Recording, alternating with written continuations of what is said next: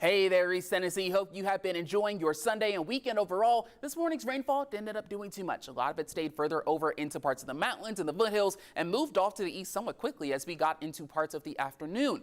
The cold front that was associated with some of the rain that was coming through the area, it has seemed like it has passed. We continue to see a lot of those winds now making their way out of our north and our west versus what we were seeing beforehand. So now we're going to continue to see this cold front pass its way to the region. High pressure going to continue to take over, and here's what that's going to look like. It's going to maintain some clear skies through much of this week. We're mainly going to see some mostly sunny to partly cloudy conditions through much of it because of this high pressure here that's sitting into the surface. We're not really going to look at any rain chances until we get later on into the week, which is going to keep things nice and beautiful. I'm going to take it into the upper levels to show you what is going on, because this is the low pressure trough that brought our front through the area. So that's going to continue to slide its way on out. We'll see high pressure try to form into our north, but low pressure to our south, which kind of leads us into this middle ground as what is called zonal flow. So once that finally starts to fade, we'll see a low pressure system start to develop as we get towards Florida, and a lot of eyes are on this low pressure system further out into the west as well, because this one here will help bring some more moisture into the area, which could increase some rain chances, especially for higher elevations. But as we get through the weekend, we could see this low try to make its way towards the eastern half of the country and maybe bring some rain chances towards the end of the weekend or even as we start next week.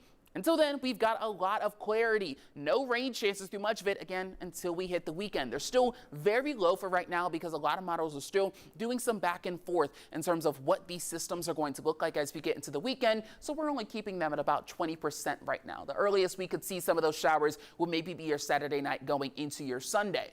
Aside from that, behind the cold front, we have some beautiful, comfortable conditions. The muggy meter is going to be staying in that comfy range. Dew points in the 50s, which means nice, crisp, dry air. I don't know, I'd say it's slowly starting to feel like fall as we get through much of this week. But here's that 7-day forecast starting on a bit of a cool note because of the passing of that cold front. We could easily see those temperatures into the lower 80s, generally sitting at or below average for the entire 7-day.